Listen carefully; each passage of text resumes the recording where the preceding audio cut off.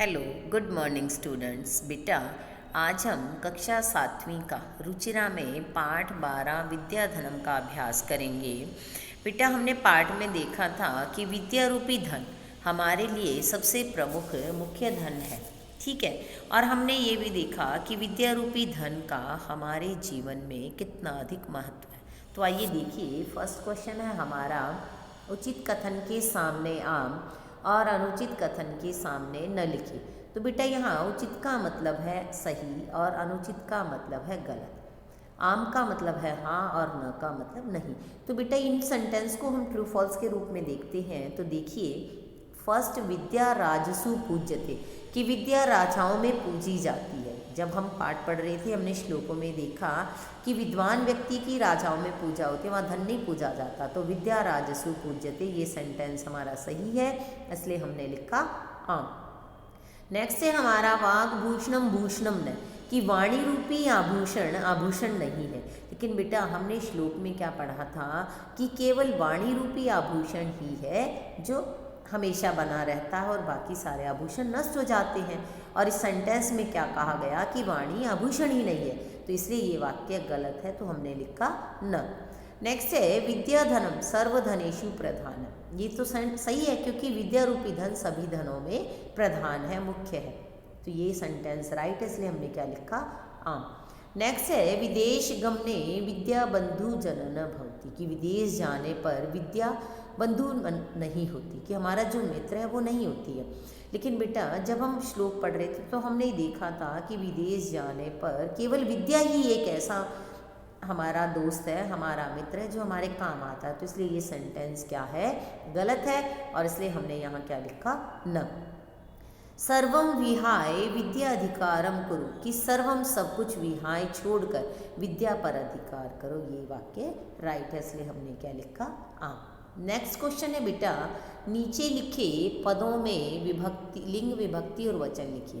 तो ये नरस्य गुरुणाम केयूरः कीर्तिम भूषणानि पद है, और इनमें लिंग विभक्ति और वचन बताना है। तो देखिए, पहला नरस्य, नरस्य में मूल शब्द क्या है, नर, और नर क्या है हमारा पुल्लिंग।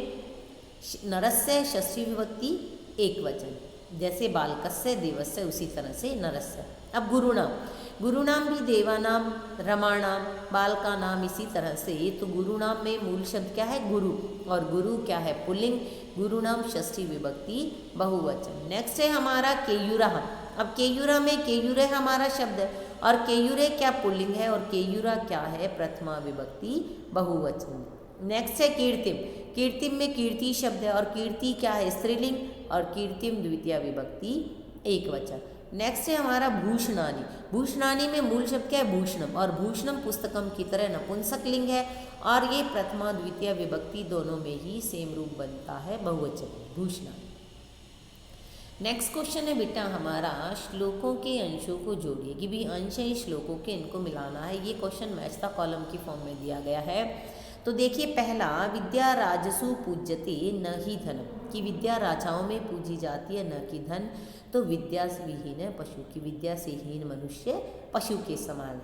केयूरा न विभूषयन्ति पुरुषम हारा न चंद्रोज्ज्वला, कि केयूरा बाजूबंद मनुष्य को सुशोभित नहीं करते, और न ही चंद्रमा के समान उज्ज्वल हार। नेक्स्ट है न चोरहार्यम न च राजहार्यम न भ्रातृभाज्यम न च भारकारी, कि जो विद्या रूपी धन है उसे न तो चोर चुरा सकते हैं, और न राजा छीन सकता है, और न भाई बंटवारा कर सकता है, और न वो भार बोझ बढ़ाने वाली है। नेक्स्ट है सत्कार आयतनम कुलस्य महिमा, कि सत्कार सम्मान का आयतन केंद्र है, समूह है, और कुलस्य महिमा कुल की महिमा है, और रत्नैर वीणा भूषणम, रत्नों के बिना आभूषण है। ये किसके बारे में कहा गया है, विद्या के बारे में, कि विद्या रत्नों के बिना ही आभूषण। वाण्ये क्या समलं करोति पुरुषम या संस्कृतः धार्यते, कि एका वाणी, की एक वाणी ही पुरुष को सुशोभित करती है, या कैसी वाणी होनी चाहिए, वो संस्कृतः धार्यते, जो संस्कार रूप में धारण की जाती है, ऐसी वाणी मनुष्य को सुशोभित करती है। अब नेक्स्ट क्वेश्चन है बेटा, कि एक पद में उत्तर दीजिए। एक पद का मतलब होता है वन वर्ड में आंसर देना है हमें। फर्स्ट क्वेश्चन है, कह पशु, कि कौन पशु है, विद्या विहीन है, कि विद्या से हीन मनुष्य क्या है, पशु है। नेक्स्ट है का भोग करी, कि कौन भोग करने वाली है, विद्या। भोग का मतलब हमारे जो सुख सुविधाएं हैं वो उपलब्ध कराने वाली कौन है, विद्या। नेक्स्ट है के पुरुषम न विभूषयन्ति, कि के कौन, पुरुष मनुष्य को सुशोभित नहीं करते, केयूरहा, कि जो बाजूबंद है। बेटा यहाँ हारा न चंद्रोज्ज्वला भी आ सकता है, क्योंकि बाजूबंद और चंद्रमा के समान उज्ज्वल हार मनुष्य को सुशोभित नहीं करते, लेकिन यहाँ एक ही पद में पूछा इसलिए हमने यहाँ लिखा केवल केयूरहा।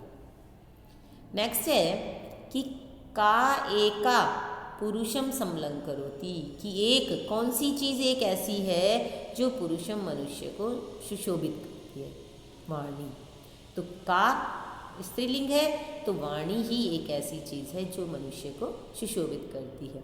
नेक्स्ट है कानि क्षीयन्ते, कानि कौन सब नष्ट हो जाते हैं, अखिल भूषणानि, कि अखिल संपूर्ण आभूषण नष्ट हो जाते हैं, केवल एक वाणी रूपी आभूषण ही है जो हमेशा बना रहता है। और संपूर्ण से मतलब बेटा जैसे हमने नए वस्त्र खरीदे, कुछ समय के बाद पुराने हो जाते हैं, फट जाते हैं, नष्ट हो जाते हैं, ऐसे ही जब हम ज्वेलरीज खरीदते हैं या कोई और भी चीज़ लेते हैं तो वो भी क्या है, एक लिमिट समय तक ही हमारे पास सुरक्षित रहती हैं, उसके बाद वो खराब हो जाते हैं, नष्ट हो जाते हैं। केवल वाणी ही एक ऐसी चीज़ है जो हमेशा हमारा साथ देती है और हमेशा बनी रहती है।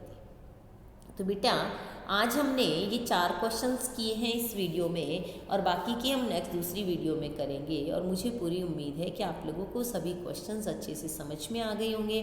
लेकिन फिर भी अगर आप लोगों को लगता है कि कोई चीज़ हमें पूछनी चाहिए, नहीं समझ में आए, तो आप टीचर से पूछ लोगे।